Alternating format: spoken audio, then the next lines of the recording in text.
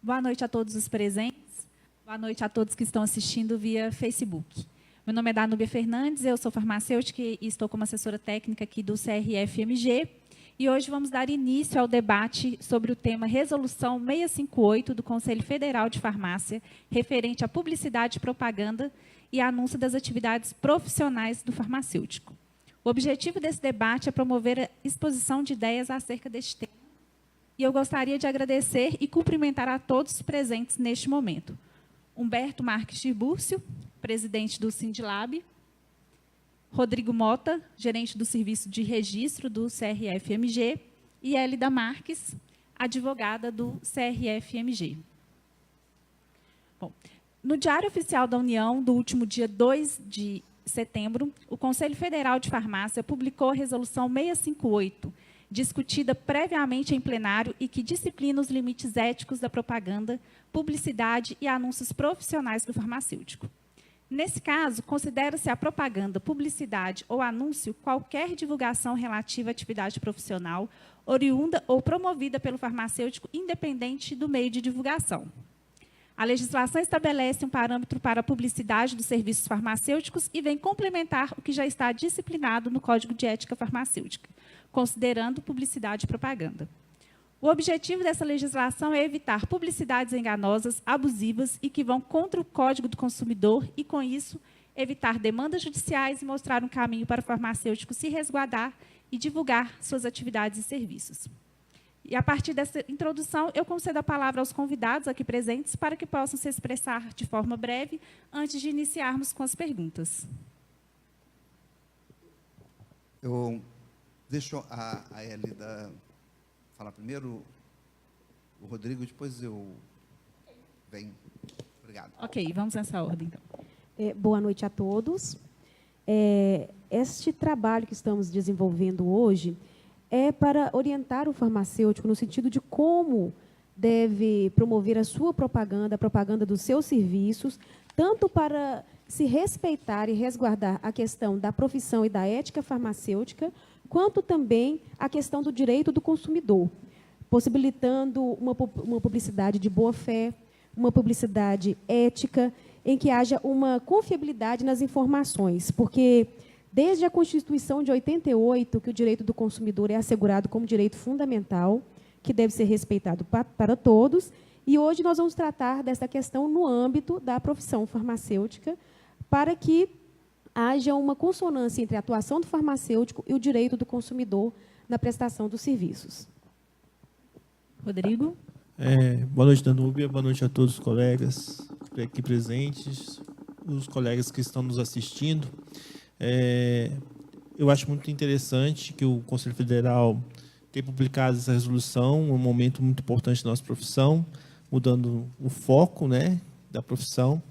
É importante para o Conselho também de Farmácia ter colocado esse assunto para ser discutido, para ficar claro para nossos colegas, para os nossos profissionais, como fazer, como não fazer uma propaganda correta, que atenda à regulamentação do Conselho Federal de Farmácia. Tirbúrcio. Boa noite. É um prazer estar aqui com vocês e aqui no Conselho Regional de Farmácia. Espero que os nossos colegas que estejam nos escutando, nos vendo aí pelo Facebook, também tenham essa mesma satisfação de participar conosco aqui nesse primeiro passo. Eu acho muito importante nós estarmos cientes de que o Conselho Regional de Farmácia de Minas Gerais com essa atividade hoje, é um passo pioneiro. É o primeiro conselho no Brasil a trazer a conversa com os farmacêuticos sobre essa resolução 658 do Conselho Federal de Farmácia. O outro ponto também que é muito importante, no caso, para nós farmacêuticos e para todos nós que exercemos a profissão, é que a resolução do Conselho Federal de Farmácia, ela trata da relação profissional. Ela não trata da publicidade do produto, e sim de como estamos profissionalmente envolvidos com a propaganda, a publicidade e o anúncio. E dessa maneira, eu espero que todos os colegas que estejam conosco aí essa noite. Participem com suas perguntas, suas dúvidas e suas sugestões no caminho de darmos início e construirmos uma melhor relação entre os profissionais e os nossos pacientes, no caso dos laboratórios, mas clientes de uma maneira geral, no caso do consumidor. Aos novos acessos que estamos tendo na página nesse momento, eu gostaria de esclarecer que estamos dando início ao debate online referente à Resolução 658 do Conselho Federal de Farmácia, referente à publicidade, propaganda e anúncio das atividades profissionais do farmacêutico. Peço a todos que participem conosco, enviando seus comentários e suas sugestões para que possamos fazer um debate participativo. Então, de forma a iniciar,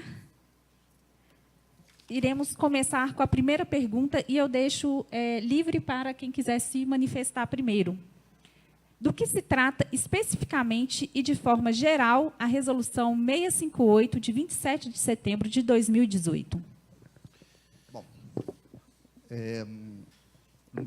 a minha avaliação dessa resolução do Conselho Federal de Farmácia, ela é inicialmente uma atividade de pioneirismo. Nós temos um Código de Defesa do Consumidor que data de 1990. Portanto, não é de hoje. E a inclusão do Conselho Federal de Farmácia como um elemento de ligação e um elemento de guia e de baliza para os farmacêuticos com relação às condutas, veio por intermédio dessa resolução. Especificamente, ela trata da propaganda, da publicidade e do anúncio, mas ela é forte na relação entre esses três elementos, o consumidor, o consumo e a ética. Eu achei interessante também que foi a primeira vez que muda o foco, né, doutor Tiburcio? Até então, a gente regulamentava muito o produto farmacêutico, o medicamento, né? E a resolução vem mudando o foco para o profissional farmacêutico, a atividade profissional farmacêutica. Pode ir, Éder? Posso? A Éder sempre gentil comigo, né? De vez em quando ela dá umas microfonadas, né, da cabeça, mas sempre gentil comigo, Éder. Muito obrigado. Mas eu gostaria também sim, de reforçar isso que o Rodrigo colocou. Nós precisamos de compreender um momento que essa resolução chega, dessa grande mudança, que não é aqui para poder tratarmos mais dos produtos, mas sim da maneira como nos relacionamos com os nossos consumidores. Eu gostaria só de ressaltar, como havia falado no início, a questão de que esta resolução é uma decorrência da própria evolução da proteção do consumidor, em que, primeiro, veio a Constituição Federal, que trata do direito do consumidor em seu artigo 5º, no artigo 170 e também no ato das disposições transitórias, no seu artigo 48.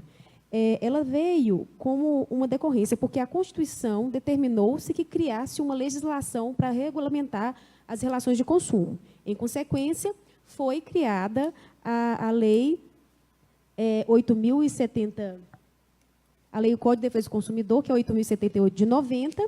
Logo em seguida, foi feito também o Código de Autorregulamentação Publicitária, que também tratou do assunto, e, em seguida, veio a resolução do Conselho Federal, que é também uma regulamentação decorrente deste arcabouço jurídico de proteção do direito do consumidor, né? Que tem como objetivo exatamente fazer essa promoção da proteção do consumidor por ser considerado a parte vulnerável na relação de consumo, numa relação de prestação de serviços.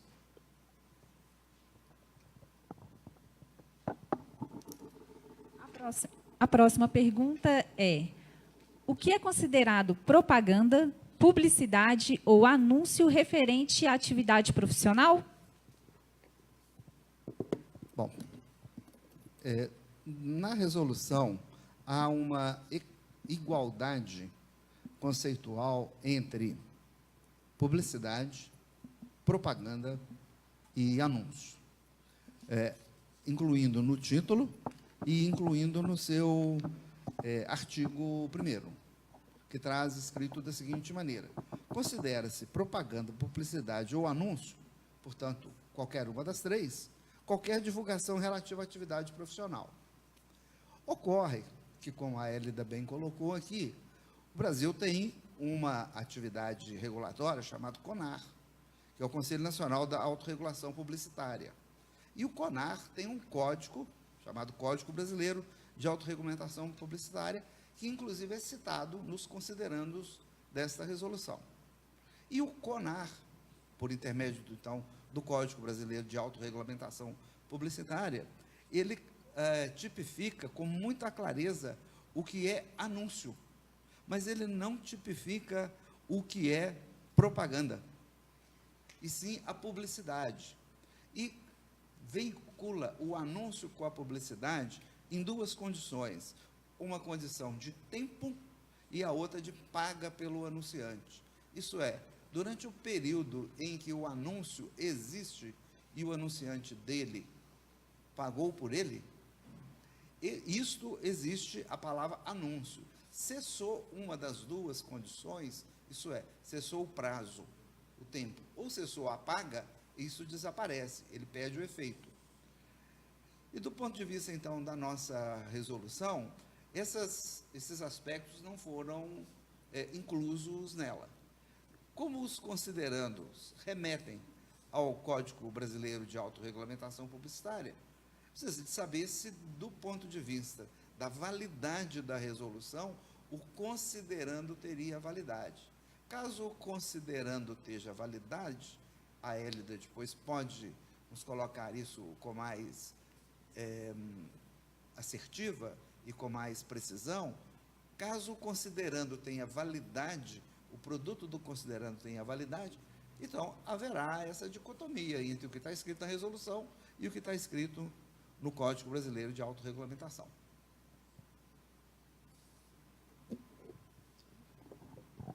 Bom, eu entendo que a resolução ela tratou de uma forma bem ampla, né, que abrange tanto o anúncio quanto também qualquer forma de informação de um produto ou de um serviço, na medida em que ele engloba o texto de uma forma muito ampla, né, que fala, considera propaganda, publicidade ou anúncio qualquer divulgação relativa à atividade profissional. Acredito, então, que é de uma forma bem ampla, doutor Tiburcio, né, que não direciona qualquer tipo de informação para captar a clientela, para captar o serviço, para, né, qualquer forma de meio de informação para angariar um mercado, vamos dizer assim, de trabalho, né? Eu vou voltar, então, no ponto que eu toquei. Porque é o seguinte, no Código Brasileiro de Autorregulamentação Publicitária, anúncio é aplicado em seu sentido lato, abrangendo qualquer espécie de publicidade, seja de qualquer meio que veicula. Então, há citações de... A palavra anúncio só abrange publicidade realizada em espaço de tempo pago pelo anunciante. Então, é nesse sentido que eu estou colocando a minha preocupação de indefinição, ou uma obscuridade, ou uma falta de clareza, para diferenciar, ou para caracterizar, melhor ainda, né? Para que nós não fiquemos, ao que a resolução também traz, a ambiguidade ou a dificuldade de interpretação.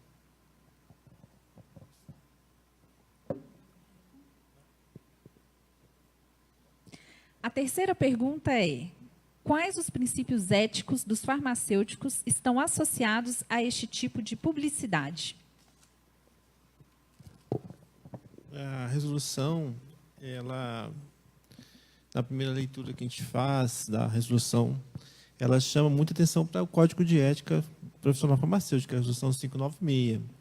E a gente vê que ela foi inspirada, né, no Código de Ética, e tem alguns artigos, né, que podem ser relacionados com a questão de propaganda e anúncio, mas a gente percebeu também, eu percebi na leitura da resolução, que falta agora adequar o Código de Ética às questões de falta ao faltoso em relação à resolução, a 658. Quem fizer alguma coisa que não está de acordo, se o profissional ele promover uma propaganda, um anúncio, em desacordo com a resolução 658, falta anexar, né, linkar essa irregularidade com um código de ética. E eu não senti eu senti que vai faltar isso por enquanto. Ô Rodrigo, mas no próprio Código de Ética já vem capitulando determinadas situações como se fosse infração ética. Igual, por exemplo, eu até grifei algumas aqui. Só um instantinho. Eu até grifei algumas aqui que estão previstas no Código de Ética, de informações de forma abusiva, informações de forma maldosa, todas elas já estão incluídas dentro do Código de Ética e já estão tipificadas como infração ética. Né? Eu entendi. Não necessariamente há a necessidade de linkar, porque se já está previsto no Código de Ética, não há necessidade de se criar infrações éticas dentro desta resolução. Né? A minha percepção é que tem realmente alguma coisa já tem no Código de Ética, mas nem tudo que está disposto na resolução está linkado. Então, eu queria colocar um aditivo novo, aí, um complemento. No sentido aí também, coadunando com o Rodrigo. Trata-se do artigo 3º da nossa resolução 658. Vamos lá. O que trata? Então, quando o farmacêutico que estiver inserido com a propaganda ou anúncio apresentado em sua forma de comunicação, não importa, escrita, falada, audiovisual, digital, virtual, espacial, que está nos afins, né? Etérea, enfim. Vem algumas condições que devam ser colocadas. Por exemplo, a inserção de seus dados de identificação profissional de forma clara, explícita, legível ou audível. Quando nós olhamos lá no Código de Ética, não tem isso, essa previsão. Assim como a resolução não conceitua o que é dados de identificação profissional. Eu intuo, eu imagino, faço até uma assertiva de ser verdadeiro o que eu vou falar, mas eu não sei se é. Se eu estou fazendo uma propaganda sobre uma atividade farmacêutica, por exemplo, um curso, esse curso não tem registro, essa escola não tem registro no Conselho de Farmácia. Portanto, o número de inscrição dessa escola não tem. Mas se isso refere-se a um laboratório que tem inscrição no Conselho de Farmácia, ou um posto de coleta, que também tem inscrição, esses números precisariam de incluir? Eu precisaria, se for responsável técnico, citar que eu sou o responsável técnico?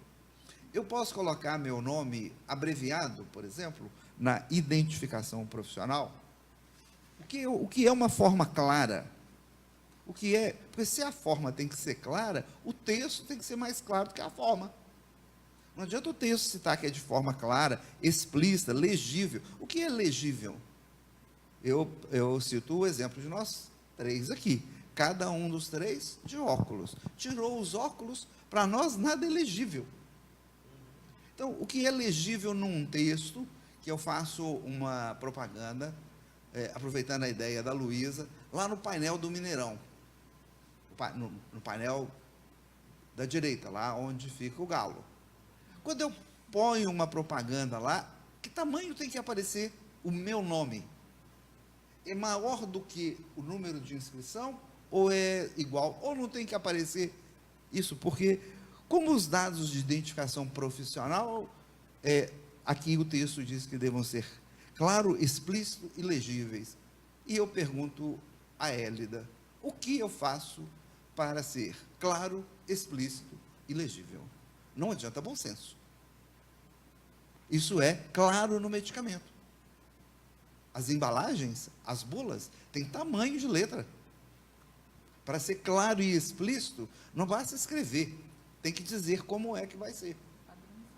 Então, quando nós olhamos, por exemplo, as embalagens externas de papelão, por exemplo, dos medicamentos, a Anvisa tem um padrão do tamanho de letra, isso tem que ser nesse formato, a tarja, se é preta, amarela ou verde, sei lá, nem sei se tem verde, tem, Rodrigo?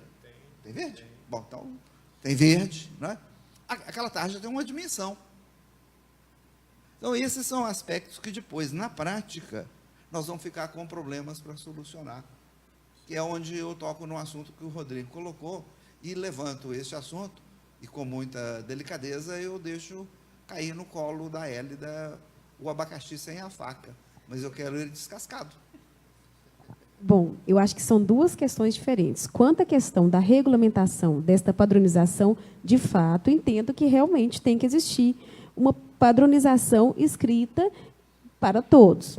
Essa questão eu concordo. Realmente, o que é legível, explícito, deveria ser regulamentado de maneira a abranger todos, sem que houvesse um livre-arbítrio das pessoas. O explícito teria que ser igual para todos.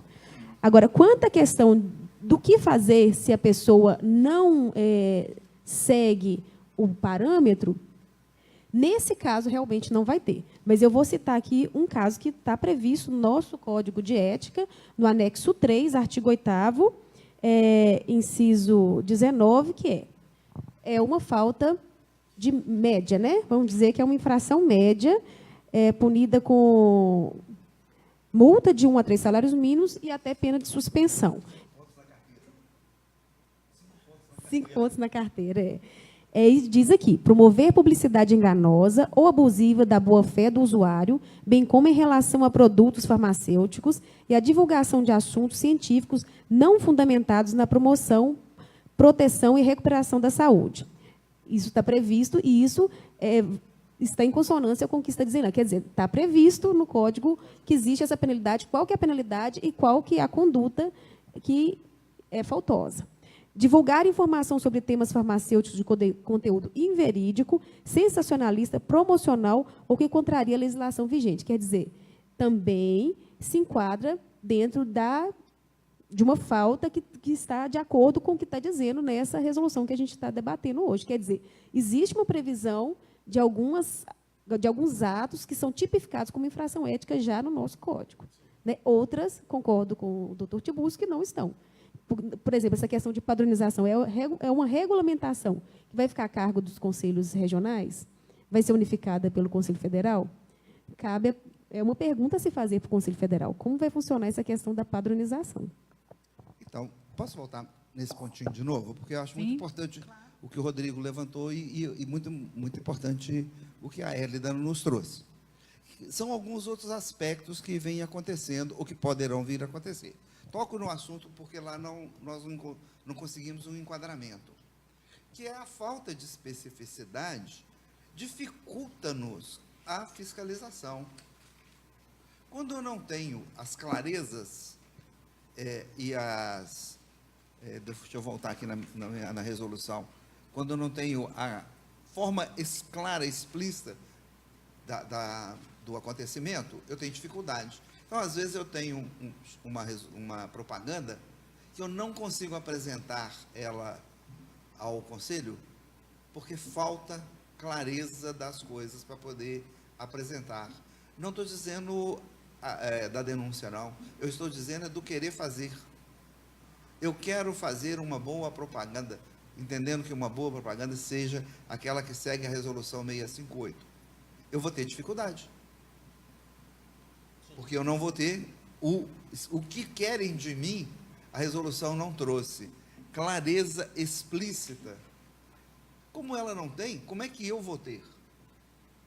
Veja um caso aqui bastante interessante sobre isso, né, que acho, voltando de novo na ajuda da Hélida, né, que, além de tudo, é muito paciente e tolerante comigo. Mas é o caso, por exemplo, da violência. Não é? Como a resolução não trata da existência, da exploração da violência, do medo das pessoas, ou até ela trata da superstição, não é? Mas o que é isso? O que é uma propaganda, um anúncio, uma publicidade que promove, incita, favorece, estimula ou privilegia, no todo ou em parte dela, a violência, o medo das pessoas, a gente conhece muitas práticas esquisitas. Em laboratório, por exemplo, não é incomum pais dizerem aos filhos que, se eles não ficarem direitinho, vai levar no laboratório para poder tirar sangue. Não é? Então, isso não é uma coisa cotidiana, mas não é uma exceção, não é uma aberração. Não é? Então, esses são aspectos que eu vejo que a gente precisa de dar uma certa continuidade no que nós estamos fazendo, para poder, eu estou querendo dizer isso para emendar aonde a Hélida terminou. A nossa responsabilidade não pode terminar na resolução. Nós temos que provocar o Conselho Federal de Farmácia para ele nos contar como é que vai ser isso. Como é que nós teremos condições de ter acesso a informações que nos possibilitem fazer as coisas claras e, como é que chama o negócio, Hélida? Explícitas. Cláridas e explícitas.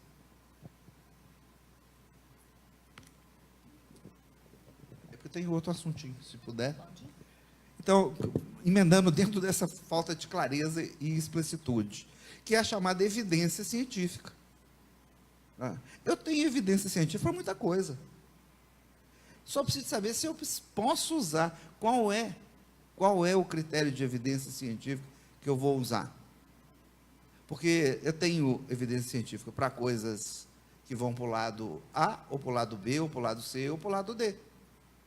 Então, esse é um ponto também que me deixa bastante preocupado sobre o uso de evidências científicas. Na medida que nós não temos um critério para classificar as evidências científicas.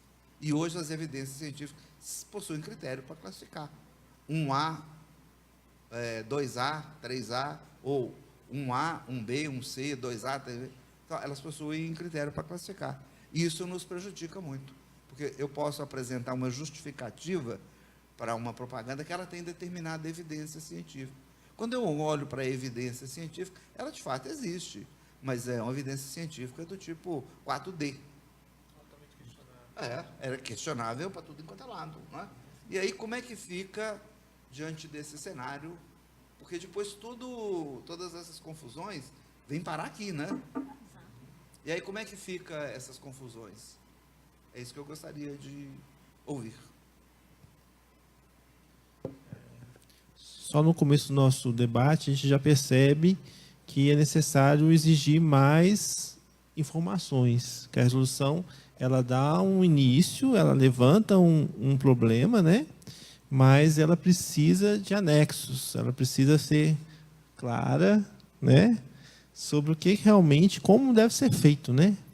Ela fala muito do que não deve, mas a gente precisa, eu acho que o mais interessante é ela explicar como deve ser feito.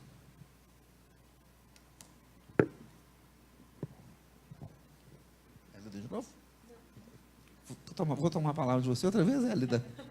Aí ela vai chegar em casa, muda. Pelo menos com treinamento para muda, você chegou, né, Hélida? Mas, voltando no passo do Rodrigo, ou no compasso do Rodrigo aqui, de um outro aspecto muito importante. Né? A grande parte da resolução diz o que não pode fazer. O artigo 5º, se não me engano, acho que é o artigo 5º, artigo 5º, o que é vedado, ele cuida, a resolução termina no 7. E o artigo 5º tem 14 não podem. Não estou dizendo que é muito ou que é pouco, mas cadê os podem? Os 15 podem, os 14 podem. Esse é um lado que nós temos uma dificuldade muito grande. Umas coisas práticas, simples. Eu preciso de fazer envelope para laudo, cartão de visita, que é uma forma de publicidade, de anúncio ou de propaganda. Como é que eu faço? O que pode conter num cartão de visita? O que pode conter no meu envelope de laudo, por exemplo? Na sacolinha da farmácia. O que eu posso colocar lá dentro? Agora, o não pode está bastante claro, né? Já o pode, nós temos dificuldade, porque, na verdade, a resolução só tem um artigo para o pode. E esse artigo para o pode não tem 14 incisos para ele, como tem o não pode. Então, nós precisamos de explorar também mais um pouco do que pode, por cada eu não sei dizer a palavra certa do ponto de vista técnico, não, porque eu não sou publicitário e nem sou, como é que chama, Luísa? É publicitário, eu não estudei nem publicidade nem propaganda, porque eu vou falar propagandista e não é propagandista a palavra, não, mas eu não sou publicitário, então eu não sei dizer o termo técnico correto, não é? Por isso eu fico no termo coloquial. Mas essas considerações, para nós, é muito importante, extremamente importante. Não é? Como é que eu posso fazer um outdoor? Como é que eu posso fazer uma placa para pôr atrás de na traseira de ônibus? O que eu posso escrever lá nessa placa? O que eu não posso escrever? Então, nós estamos precisando de mais ajudas da parte do pode. O não pode ficou muito claro.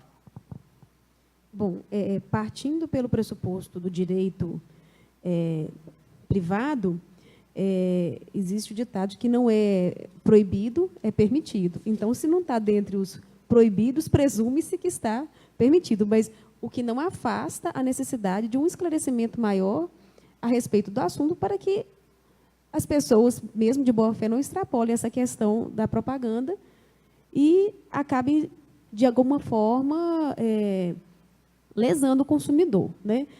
Entendo que, lendo a resolução, lendo o Código de Defesa do Consumidor, que deve se pautar pela boa-fé, que deve se pautar pela questão de oferecer ao consumidor a escolha do produto, do serviço a ser prestado, que ele tenha esse livre-arbítrio na hora da escolha do produto ou do serviço, que não sejam informações que possam induzir a erro, que possam induzir a uma escolha pelo medo, pela superstição, como está escrito ali, que façam que ele tenha realmente a informação correta e a possibilidade de escolha, podendo fazer tudo que não está discriminado aqui no artigo 5º, né?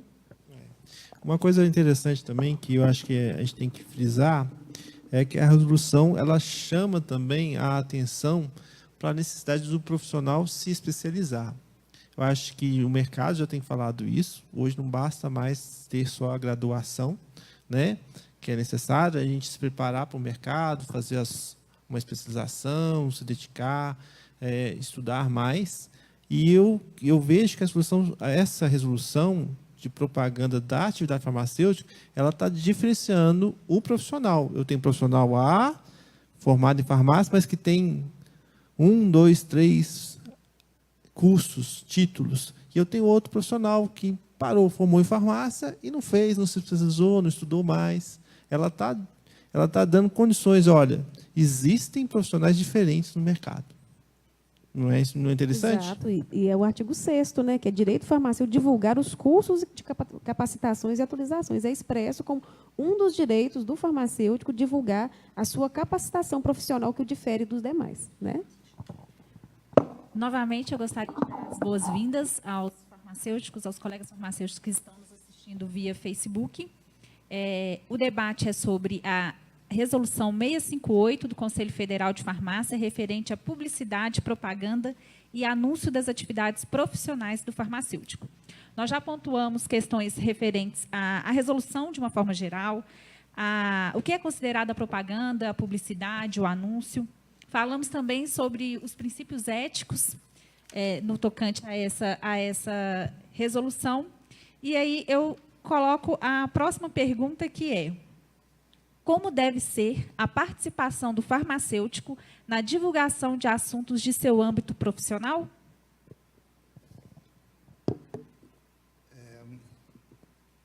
Começa de novo? Sim? Então, vamos lá. O ponto principal dessa dúvida sua, Danúbia, é que não é a divulgação dos produtos que estão à disposição das pessoas. Então, esse é o primeiro momento que nós vemos uma resolução que vai tocando na publicidade, na propaganda e no anúncio para a divulgação das minhas competências, das minhas qualificações, das minhas qualidades, como a resolução, no seu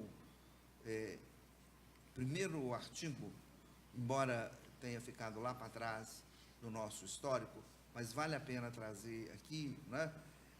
Ela é pelo farmacêutico. Considera-se propaganda, anúncio, qualquer divulgação relativa à atividade profissional e não ao produto que eu estou vendendo, mas a minha atividade, o que eu exerço, o que eu faço. E isso é uma mudança muito grande. Muitos estão acostumados a divulgarem produtos que comercializam ou vendem, né? Às vezes produto de uma abrangência aí mais geral, embora o Código do Consumidor tenha separado o produto do serviço, mas eu estou colocando o produto junto com o serviço. E a resolução não trata disso. Ela trata da minha divulgação como profissional. Então, por isso é que eu volto no assunto da forma explícita e clara. Quando eu sou responsável técnico de um laboratório e pego uma caneta para assinar um laudo, ali está um exercício profissional. Na hora de divulgar o laboratório ou o posto de coleta, esta figura que tem inscrição no Conselho de Farmácia vai aparecer assim? Eu vejo que a nossa resolução vai também demandar aí por algumas tratativas de propostas para começarmos a enxergar a atividade profissional diferentemente do produto. O produto vai existir, mas nós precisamos de começar a nos preparar para enxergar a atividade profissional. A questão da qualificação, a questão da competência, a questão da formação, a questão da diferenciação, da manutenção do conhecimento. Não é? Então, esses são momentos agora, voltando no assunto, quando eu for divulgar que eu sou responsável técnico de um laboratório, como é que vamos fazer isso? Qual é a melhor forma diante da resolução? Essas são dúvidas também aí que andam. Só complementando, a participação do farmacêutico na divulgação de assuntos do seu âmbito profissional, ela sempre deve ser pautada na responsabilidade social, né?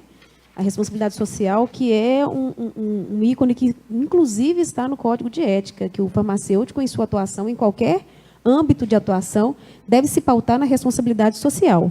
E também pautado no Código de Defesa do Consumidor, que diz que, apresentando, né, tendo como ponto essencial o esclarecimento e educação da população, o respeito ao interesse público, afastando qualquer prática enganosa, abusiva ou em desacordo dos direitos do consumidor. Quer dizer, qualquer divulgação da atividade profissional, ela tem que ser pautada na responsabilidade social, na responsabilidade do profissional como um promotor da saúde pública, né, vamos dizer assim, com um elemento de promoção da saúde pública. Então, Hélida, veja aqui na nossa resolução, no artigo 4º, que trata da participação do farmacêutico na divulgação, referente ao âmbito profissional. Primordialmente é sinônimo de principalmente. Essencialmente, vem na frente de. Não é isso? Primordialmente, o esclarecimento e a educação da população, além do interesse público. Então, esses são assuntos também que nós precisamos de trazer à conversa. Como isso vai acontecer? Como é que eu vou exercer primordialmente essa divulgação, essa participação no que se relaciona à educação da população, para a saúde, para a doença, para o bem-estar, para o conviver bem, para entender melhor o seu estado atual e futuro, para questionar quando ele chegar num estabelecimento, para ele perguntar mais ao laboratório, para ele não ser uma pessoa que use tão indiscriminadamente as coisas na vida, principalmente os remédios. Tá? Então, estas práticas agora ficaram claras do que é e explícito do que a Hélida nos coloca, que é a questão do comprometimento social. Eu não posso olhar mais para os acontecimentos no entorno de mim, principalmente onde no ambiente onde eu estou mais inserido, a minha cidade, ou seja, mais próximo de mim, meu bairro, ou os meus pacientes, e não exercer primordialmente o esclarecimento e a educação da população e o interesse público. E isso eu acho que a Hélida tocou num assunto que estava hibernado, meio caladinho, meio quietinho, e fica assim, parecendo que as palavras são de apenas composição de um texto ou situação, e essas palavras em particular, essas que a Hélida menciona, elas tomam vida agora com a resolução. E nós conseguimos alcançar, então, este momento de que vamos para a participação do farmacêutico, primordialmente visando o esclarecimento e educação da população e o interesse público. E aí é uma mudança muito grande, muito grande. E só acrescentando que o Código de Defesa do Consumidor ele é expresso, ele tem dispositivo expresso, definindo o que é uma publicidade enganosa e também o que é uma publicidade abusiva. Se vocês me permitem, eu posso ler aqui. A publicidade enganosa é qualquer modalidade de informação ou comunicação de caráter publicitário, inteira ou parcialmente falsa, ou por qualquer outro modo, mesmo por omissão, capaz de induzir em erro o consumidor a respeito da natureza, características, qualidade, quantidade, propriedades, origem, preço e quaisquer outros dados sobre produtos e serviços. Já a abusiva é a publicidade, dentre outras, discriminatória de qualquer natureza, a quem incite a violência, explore o medo ou a superstição, se aproveite da deficiência de julgamento e experiência da criança, desrespeita valores ambientais ou que seja capaz de induzir o consumidor a se comportar de forma prejudicial ou perigosa à sua saúde ou segurança. Quer dizer, o Código de Defesa do Consumidor ele traz expresso que seria uma publicidade enganosa ou abusiva.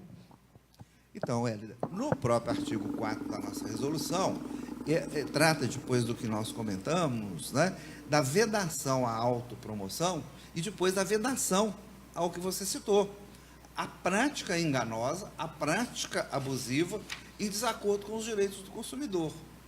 Penso eu que o que o Rodrigo colocou, que é o nosso viés, é transformar isso em coisas tangíveis, em coisas práticas. Não estou dizendo que as pessoas conheçam ou não conheçam o Código do Consumidor, mas agora é uma aplicação dele. E acho que o Conselho Regional de Farmácia de Minas Gerais poderia alavancar isso, poderia instrumentalizar isso, poderia tomar a iniciativa e trazer à tona como deva ser feito, um bom anúncio, uma boa publicidade, uma boa propaganda. O que não deve se fazer, o que não deve escrever, assim como está escrito aqui, que é proibido escrever o melhor, o mais eficiente, o único capacitado, resultado garantido, ou outras promessas desse tipo, não é?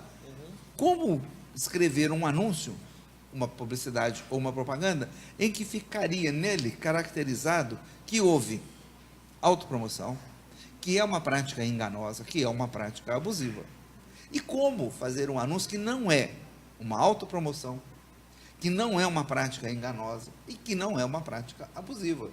Esse, pelo menos, segunda parte, o que não é, penso que é o interesse da maioria.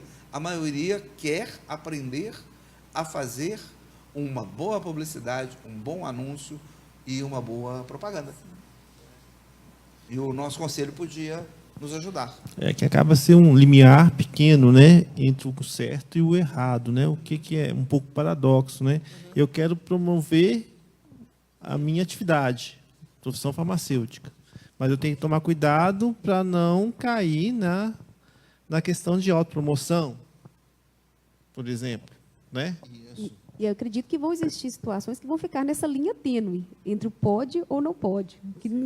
Porque existem os extremos em que você sabe que pode, existe o extremo que você sabe que não pode, e existe uma linha tênue que realmente vai ficar na dúvida se não existir uma regulamentação maior.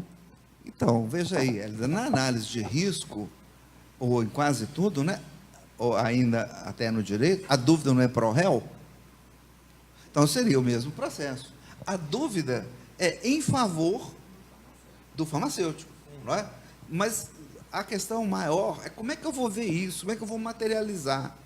Vou pegar um exemplo aqui, eu sei que não está saindo, não sai a nossa imagem, mas eu vou tentar fazer com um exemplo. Eu quero fazer uma propaganda assim, que seja aquela que atende aos preceitos da Resolução 65. Como é que eu vou fazer isso? Porque é o seguinte, se eu vou contratar o escritório de publicidade, propaganda e anúncio do Joaquinzinho, eu vou ter que ter com ele um contrato de responsabilidade dele seguir essa resolução. Mas não é mais fácil já levar para o Joaquinzinho o que é que pode? O que é que deva estar escrito? Olha, isso aqui não pode faltar. E depois o dom que ele tem de criar fica mais fácil. E eu não tenho que discutir com ele aquilo que não tem que discutir. Então, eu acho que a gente está chegando num ponto de começar a tornar essa resolução mais prática, de torná-la com coisas mais tangíveis à mão da gente. Bom, já pontuamos sobre as questões que são vedadas ao farmacêutico de forma geral, e agora vem uma pergunta que solicita uma maior explicação referente a este artigo. Então, no âmbito da publicidade, propaganda ou anúncio de suas atividades profissionais, o que é vedado ao farmacêutico? O artigo 5º. Os 14 itens do artigo 5º. Tem um aspecto em particular que eu gostaria de chamar a atenção aqui, o inciso C, que é anunciar ou divulgar técnicas. O conceito de técnicas. E depois, mais embaixo, não é? Assim como instalações e equipamentos que não tenham o seu registro validado pelos órgãos competentes. Bom, não preciso dizer que órgão competente para equipamento na questão laboratorial é a Agência Nacional de Vigilância Sanitária.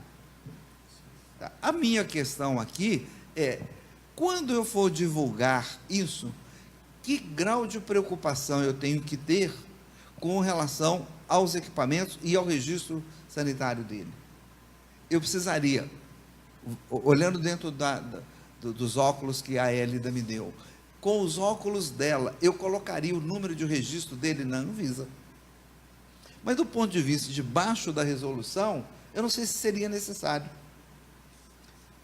Penso que, se nós formos mais explícitos, se nós formos mais claros sobre estas coisas, isso facilitará muito o processo criativo e deixar de inibir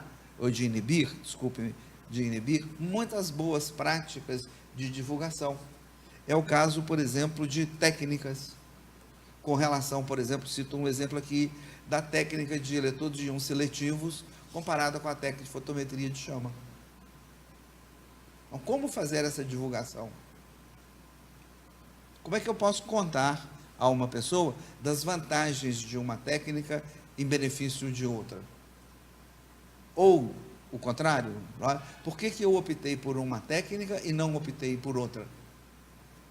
Ou casos que temos aí, por exemplo, da influência da biotina em alguns métodos e algumas técnicas usadas em laboratório. E biotina é um produto relativamente de uso comum, de uso frequente. O que me chamou muita atenção nessa questão do que é vedado é que o federal ele chama o profissional para ter cuidado. Tem cuidado para não colocar coisas que você não pode comprovar, para não colocar conteúdo que não seja verídico, colocar conteúdo que você fantasioso, que não tem como, não está na literatura. É um cuidado. O federal, eu acho que mais me chamou a atenção da resolução foi isso. Vamos fazer a propaganda, mas com cuidado. Não se exponha, não exponha o seu nome em coisas que você não consegue provar depois, né? Então, eu acho que a beleza, né, o legal dessa resolução é que o federal está falando para o profissional, cuidado para quando você for fazer propaganda. Verifique se as informações que estão sendo veiculadas são verdadeiras, se tem respaldo científico. Seja cuidadoso nesse sentido. Eu acho que é muito importante quando ele coloca esse tanto de vedação aqui. Exatamente, voltando ao ponto, a questão da responsabilidade social no momento que você vai divulgar uma informação, uma propaganda, uma publicidade, né? A responsabilidade social do profissional, de transmitir algo real, algo verdadeiro, né? Pois é, dentro desse cenário, ou continuando aí por este caminho, vem a questão da rastreabilidade, não é? Visto que o anúncio só existe enquanto você o vincula ou pagou por ele. Mas e o que ficou? E ciência, nós temos coisas que mudam. Então, a falta da rastreabilidade e a falta da caracterização do que seriam as informações, ou que seria a evidência científica, é o outro aspecto que nós precisamos de incluir na nossa prática. Ao dizer sobre certa coisa, ou dizer um fato sobre certa coisa, eu acho que é muito importante e converia que todos tivéssemos amparados cientificamente, no mais elevado grau que exista e que esteja disponível, mas que nós mantivéssemos a rastreabilidade disso que foi usado. Porque depois isso pode ter uma mudança, ou no decurso deste uso isso pode ter uma mudança. Embora a rastreabilidade não tenha sido contemplado com a necessidade de ser colocada. Mas eu incluiria dentro do princípio, adotando aí o princípio da Hélida, de que nós devemos nos pautar pela responsabilidade social. Eu incluiria a rastreabilidade. O artigo 5º dessa resolução fala sobre o que é vedado ao farmacêutico, e um dos itens que o contém é referente à divulgação de especialidade ou área de atuação não reconhecida pelo Conselho Federal de Farmácia. Então, dessa forma, nós recebemos uma pergunta da colega Rose Guimarães via Facebook, que é a seguinte: quais as linhas de atuação são reconhecidas pelo Conselho Federal de Farmácia? A Resolução 572, de 2013, do Conselho Federal de Farmácia, ela vem regulamentando as especialidades farmacêuticas por linha de atuação. Ele coloca no artigo 1º, são 10 linhas de atuações. Vamos ler aqui: alimentos, análises clínicas laboratoriais, educação, farmácia, farmácia hospitalar e clínica, farmácia industrial, gestão, práticas integrativas e complementares, saúde pública e toxicologia. São 10 grandes grupos. Depois, nos outros artigos, ele vem colocando quais são as especialidades que estão dentro desses grandes grupos. Então, é importante você, na hora de escolher um curso de pós, uma especialização, verificar se aquele curso se enquadra dentro das especialidades que são reconhecidas pelo Conselho Federal de Farmácia. Na mesma resolução, o federal coloca também a possibilidade de se colocar outras especialidades. Para isso, é necessário que a instituição de ensino coloque, apresente ao Conselho Federal, ao Conselho Regional, a especialidade e comprove a motivação de se colocar isso na resolução, ou acrescentar nas especialidades farmacêuticas. Então, no item 7º, que trata da gestão, nós não temos a inclusão da publicidade, propaganda e anúncio. Dado aqui, a época, claro, da resolução não existia essa de hoje, mas essa de hoje deveria ter cuidado de fazer uma mudança na 572 de 2013, de incluir dentro do item 7 a gestão de publicidade e propaganda. Eu acho que precisa ficar assim também, ajudar a conformar que o que nós chamamos de linha de atuação não é as especialidades como fomos educados, como cada um de nós, como eu que tive privilégio de ser professor, educou ou formou. Não é? A disciplina que eu lecionei, que foi hematologia e depois bioquímica, ela é parte da nossa linha de atuação chamada análises clínicos laboratoriais. E às vezes a gente vê isso nas nossas publicidades, propagandas e anúncios um pouco invertido ou até mesmo substituindo uma outra. Dessa mesma maneira na área de gestão, que é uma inovação bastante grande da 572 e que ela inclui várias atividades como assuntos regulatórios, auditoria em saúde, a gestão da qualidade, a gestão de risco, a gestão e controle de laboratório e a logística, para nós a RDC 20 de 2014, uma parte dela, e o marketing farmacêutico.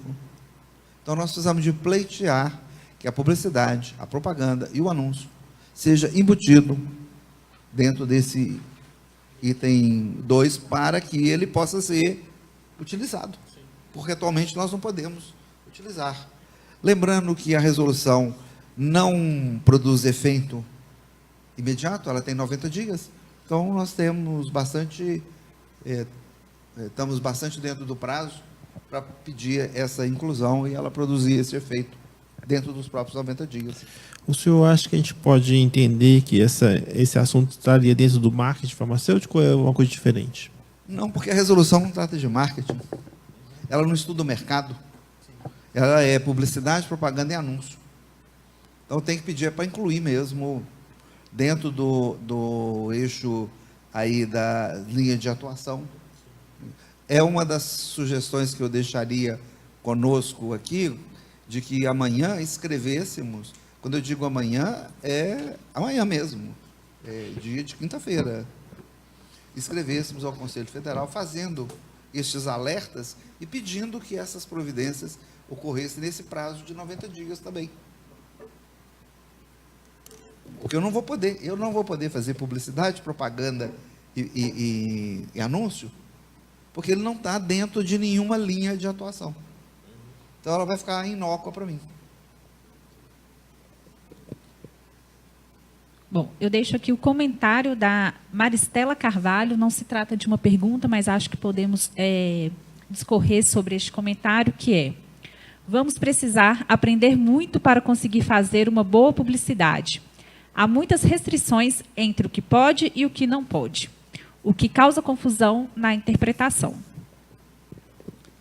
Eu posso comentar da Maristela? Claro.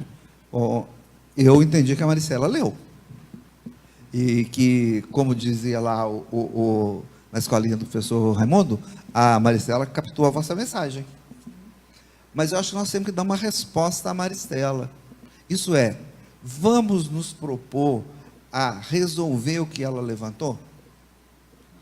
Não é? Então, eu acho que sim. Pelo que eu entendo do Conselho Regional de Farmácia, haja visto esse pioneirismo e essa celeridade com que ele está nos provendo essa condição, acho que a Maristela, entre outros, pode contar com um conselho que vai encontrar, daqui a não sei quanto tempo, mas que seja dentro do prazo de vigência, com uma oportunidade de vir, ou de conhecer, ou de aprender, ou de saber, ou dela nos ensinar também, o que é isso que ela está dizendo, que é uma necessidade que ela está tendo.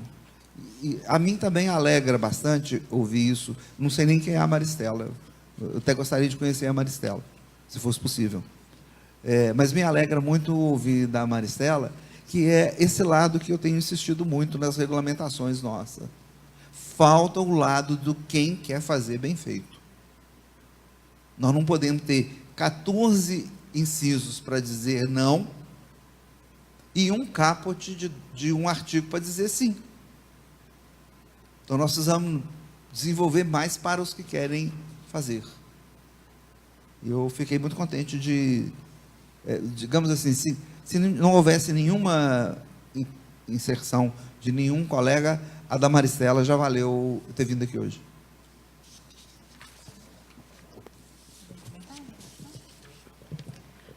Temos outra pergunta da colega Rose Guimarães. Para exercer atividades regulamentadas pelo Conselho Federal de Farmácia, é necessário que o farmacêutico tenha inscrição no Conselho? Sim, de acordo com a Lei 3.620, né, de 1960, para o profissional exercer a atividade, ele tem que estar inscrito num regional da sua jurisdição, onde ele exerce a atividade. Eu estou tentando ver se eu entendi o que eu entendi. Uma pessoa poderia se dizer que é farmacêutica sem ela estar inscrita no Conselho de Farmácia? Seria isso? A dúvida seria essa? Mas como que ela seria? Assim, eu não consigo compreender. Como é que eu posso ser um arquiteto sem estar inscrito no Conselho Regional de Arquitetura? Eu posso ter o bacharelado em, né? Eu posso ter feito um curso de farmácia. Mas daí, se eu quero dizer que eu sou farmacêutico, o curso de farmácia, por si só, não me dá essa prerrogativa de ser farmacêutico. Quem me concede o direito de ser farmacêutico é a minha inscrição no Conselho Regional de Farmácia. O exercício da profissão farmacêutica ele está estritamente ligado à inscrição no Conselho. Se há exercício da profissão, o indivíduo tem que estar inscrito no Conselho.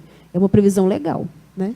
Não só inscrito, como aqui fazer a inscrição, sim, mas e a manutenção da inscrição também, não é?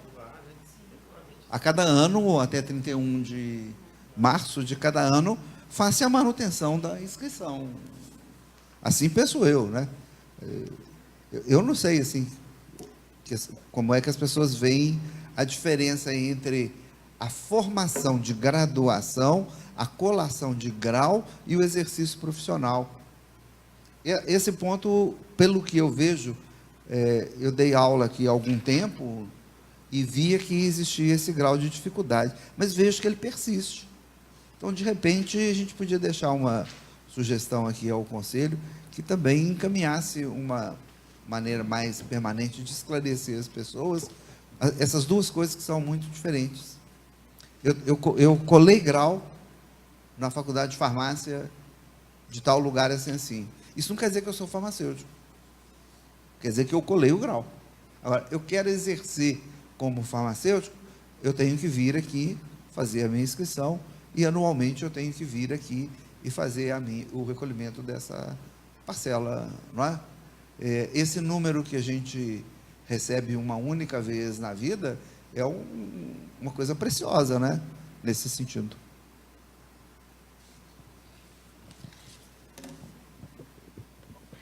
A próxima pergunta é: quais as expressões não podem ser utilizadas na publicidade?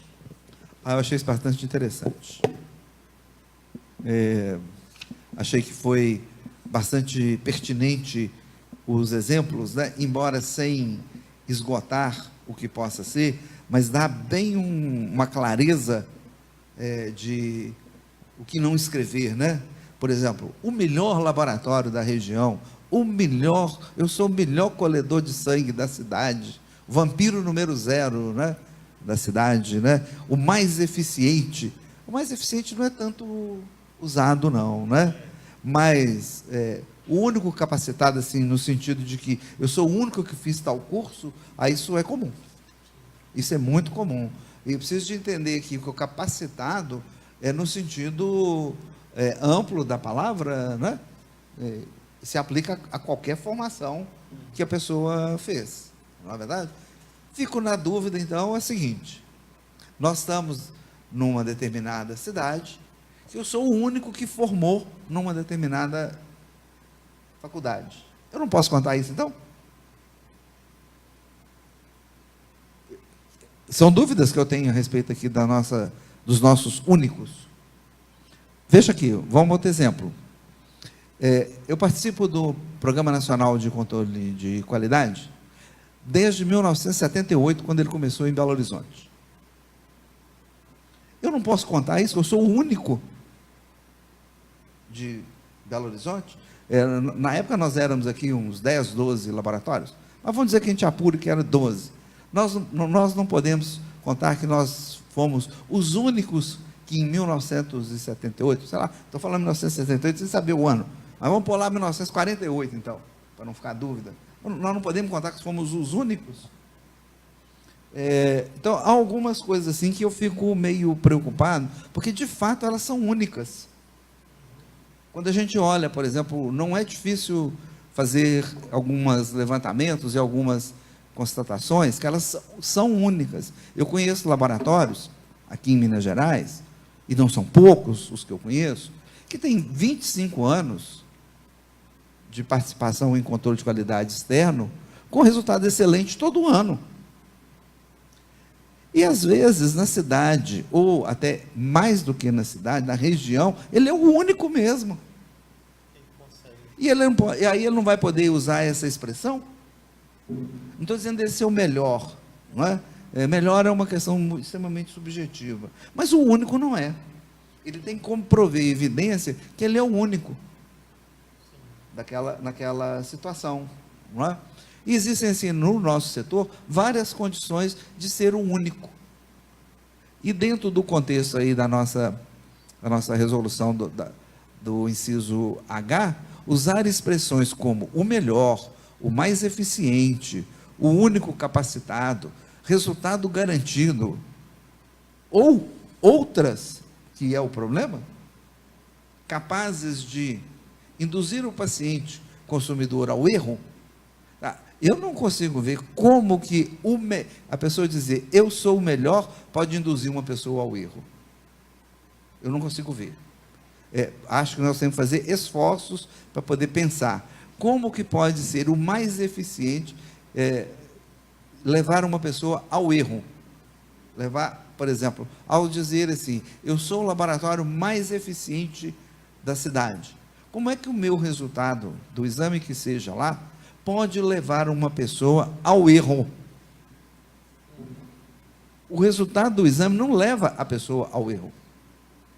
O que leva a pessoa ao erro é o erro no resultado, e não o contexto de usar a expressão o único capacitado para tal coisa. Por exemplo, o único capacitado em microbiologia da cidade. O resultado do GRAM em si, ele dizer isso, não leva ninguém ao erro, não induz a pessoa ao erro. Então, acho que a gente precisa dar uma tratativa um pouco mais efusiva, um pouco mais forte, sobre essa letra H, nesse cenário de que essas expressões, em certo momento, elas causam um estrago mesmo, como, por exemplo, o resultado garantido. Pode fazer comigo o exame, que meu resultado é garantido. Se eu sei, diz que sei, se não sei, diz que não sei. Mas o resultado, não, ninguém pode dar garantias dessas coisas. Da saúde, né? Na saúde, claro, principalmente na saúde. Não é? Então, essa letra H está entre aqueles que eu imagino que a gente também deveria promover um interesse de provocar o Conselho Federal de Farmácia para que explicasse um pouco mais para nós como é que vai levar isso em prática quando a pessoa é o único. Esses são casos que eu citei. De outros setores eu não conheço, mas deva ter. É só perguntar quem faz outras atividades, quem tem outros... Não é atividade, desculpa, também estou... quem está noutra linha de atuação, que não seja a nossa, análise clínica, gestão ou toxicológica, como é que nas outras linhas também devam ter, para que a gente provoque o Conselho Federal, para que tenha esclarecimento disso e mostrar como é que pode induzir o paciente / consumidor ao erro. Como é que eu posso induzir um paciente com isso? O fato de eu escrever lá no meu laudo lá que é o melhor laboratório em controle de qualidade da cidade. Isso é fácil dele provar que ele é o melhor. Ele pode não querer, mas é fácil, não é difícil. Como é que isso induziria a pessoa ao erro? Ou não era para mexer nisso agora? A próxima pergunta é: durante a propaganda, qual a forma correta de afirmar, fazer citações ou exibir tabelas e ilustrações? Ah, meu Deus. Esse aí foi de pegar, viu, Danúbia? Isso é muito comum no meio da gente. Todas essas práticas aí se encontram presentes em várias coisas, em várias. Canso de ver Ctrl+C, Ctrl+V. Às vezes é tão comum, isso está tão arraigado, que as pessoas nem percebem que fizeram. Mas olha, o tal da citação, então, é uma coisa impressionante. Citação sem origem, então, é impressionante mais ainda. Quando os nossos colegas, como assim eu considero a Hélida, e outros que trabalham com a ciência do direito, mas em benefício do farmacêutico, eles não dão esse pulo. Eu não vejo nenhuma defesa da Hélida em que ela escreva algo que não é dela, que não tenha de onde isso veio, que não tenha uma origem que tem sustentabilidade da referência. Tá? E nós temos um tal de copiar, que é uma prática que não é comum como é a prática no direito. Não é que a Hélida está copiando ou não está copiando, é que quando ela transfere para o pensamento jurídico dela uma citação de alguém, ela dá o crédito. E o nosso não raro é escrever sem dizer de onde veio. Não que a pessoa não possa ser o autor daquilo mesmo. Isso é possível, senão não existiria nada. Mas tratando aí da cópia. Não é? O outro ponto é deixar de extrair de publicações de órgãos ou entidades oficiais. Eu vejo isso comum. Cito aí uma prática extremamente comum entre nós, que são as diretrizes do Ministério da Saúde, chamadas PCDDs, ou o Manual Técnico para o Diagnóstico do Anticorpo do HIV. Não é? Essas peças existentes, elas não produzem efeitos quando se faz várias formas de manifestação daquilo, seja por publicidade, seja por propaganda, seja por anúncio, não é? Ou seja até mesmo no próprio laudo do exame.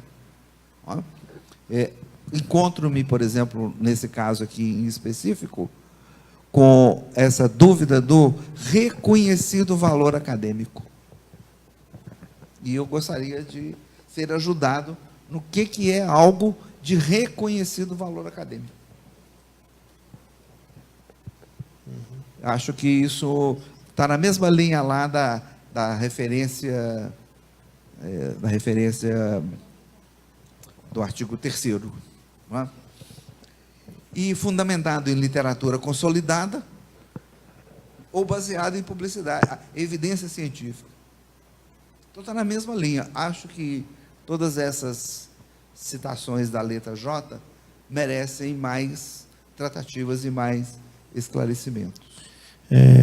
O que me chamou a atenção também, que o federal, ele novamente, ele tenta mostrar ou ensinar o profissional que a propaganda da atividade dele não é brincadeira. Que essa propaganda ela não pode ser feita com argumentos chulos. Isso. Ela não pode ser uma propaganda como faz uma propaganda de um tênis ou uma propaganda de um brinquedo. É uma propaganda que tem que ser feita, baseada com conteúdos verídicos, conteúdos que podem ser rastreados, conteúdos que podem ser verificados na literatura.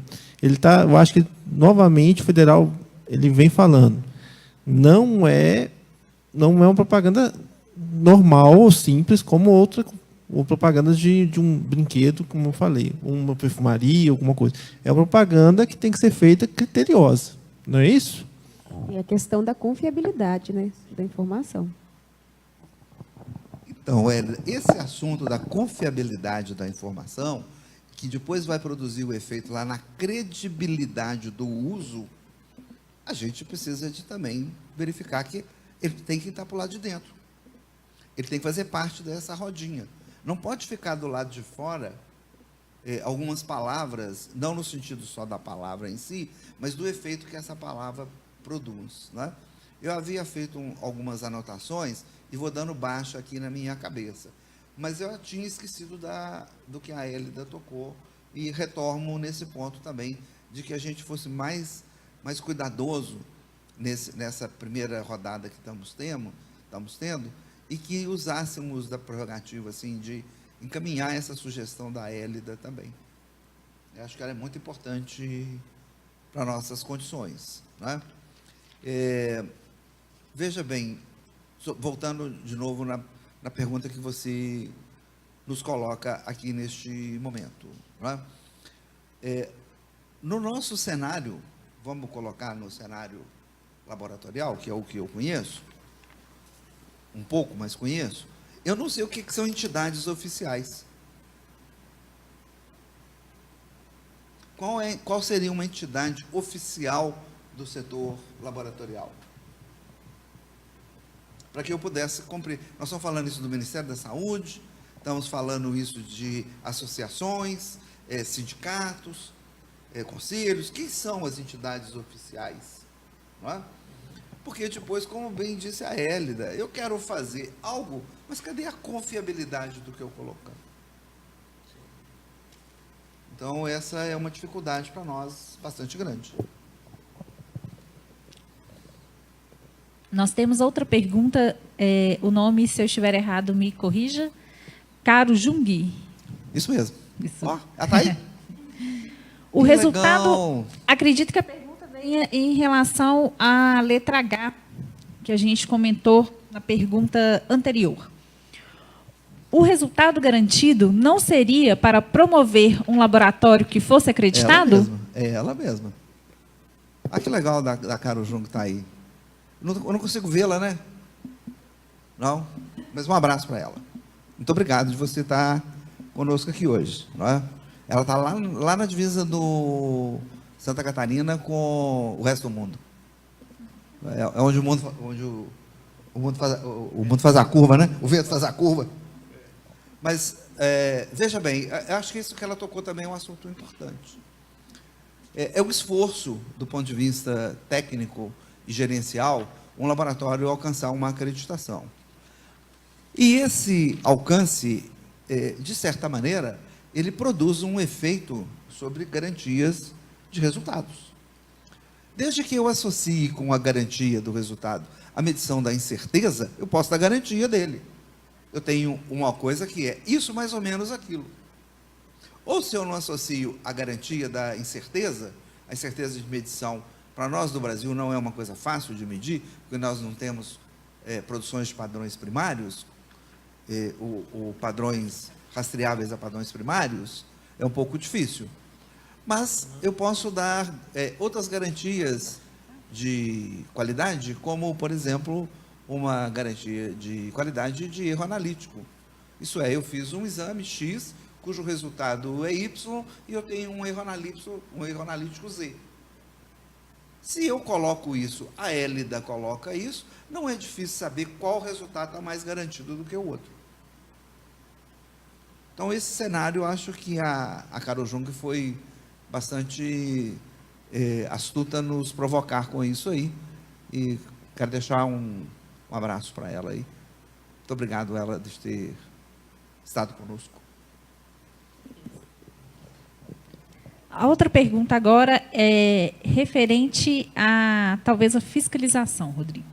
Diante da verificação da publicidade fora das diretrizes da Resolução 658, qual a conduta a ser seguida? No site do Conselho do CRMG, a gente tem um canal de denúncias, que você pode anexar documentos. E é interessante que você faça isso, porque uma denúncia vazia, não tem como a gente dar prosseguimento a ela. Então, a denúncia ela tem que ser feita e comprovada, né? Você tem que colocar documentos. Por que você está fazendo aquela denúncia? Ah, eu vi uma propaganda errada, né? Se possível, você tem que tirar uma foto, uma cópia dessa propaganda e anexar no nosso canal de denúncias. Todas as denúncias vão ser verificadas, né? E a gente vai apurar e dar os procedimentos que se achar necessários para resolvê-las. Lembrando, nesse ponto, que uma propaganda, uma publicidade enganosa ou fraudulenta, ela não só tem as influências do Código de Ética, vai ser enquadrado no Código de Ética, como também pode ser uma ação civil de reparação de danos, dependendo da situação, do que ocorrer, de qual foi o fato. Ou ainda, pode gerar uma ação penal, se ela estiver dentre as condutas tipificadas como infração penal no próprio Código de Defesa do Consumidor, que está no artigo 67, as seguintes, né? Em especial, o 67, 68 e 69, mais ligado à questão da publicidade. Então, essa questão de promover uma publicidade enganosa, fraudulenta, que induz o consumidor a erro, não, no âmbito da assistência farmacêutica, não só pode se enquadrar numa infração ética, quanto também penal e civil, inclusive de reparação de danos, né? Convém lembrar também, Hélida, que o 67, o artigo 67, é citado na resolução. Mas queria tocar num assunto. É isso aí mesmo que nós estamos lendo? 5 minutos. Posso só. Tá bom, tá bom. Pode finalizar a sua fala. A gente vai ter uma última pergunta ainda e depois a gente abre para as conclusões. Então, eu queria pegar esse ponto aí para poder dizer sobre o nosso interesse. Tá? Se nós temos interesse de ter as coisas, nós temos que zelar por elas. Nós não podemos ficar esperando pela fiscalização do Conselho fazer nada, não. Nós temos que fazer a nossa parte. Se o Rodrigo vai aparecer lá, esse é outro problema. Esse é o problema dele.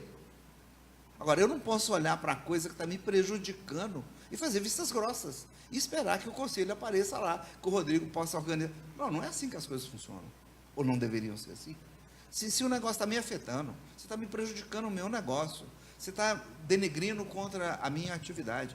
Ou se não está, corre um risco de, eu vou esperar o dia que... pelo amor de Deus, isso é muito comodismo. É muito demais para mim. Então, eu acho que nós temos que ter mais interesse pelo nosso negócio. E gostaria de lembrar um assunto também tocado pelo Rodrigo aqui, muito importante, né? Se a denúncia é vazia, que ação você espera? É simples. Pegar um balão e soltar ele no meio de uma caixinha de prego. É nada. Porque denúncia vazia não pode fazer nada mesmo.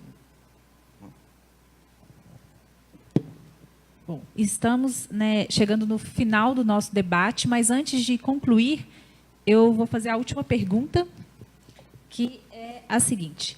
A resolução apresenta também sobre a necessidade de divulgar corretamente a especialidade ou área de atuação reconhecida pelo Conselho Federal de Farmácia. Qual o processo para o registro de títulos no CRF-MG? De acordo com as normas do Conselho Federal de Farmácia, para mim registrar o título, eu tenho que trazer ao Conselho o meu certificado original e uma cópia. Nós vamos registrar o título no sistema, e na sua carteira profissional. De forma que você, saindo, se for alguma época da sua vida, você for para outro estado, o seu título vai estar registrado na sua carteira. Você já vai com a carteira profissional, você fez um curso de farmacologia clínica. Registra no nosso sistema, no seu prontuário, e registramos também na sua carteira profissional. Você já vai para o outro estado, sabendo, chegando lá, ele vai saber que você tem um curso, um título de pós-graduação em farmacologia clínica, por exemplo. Então, pergunta respondida.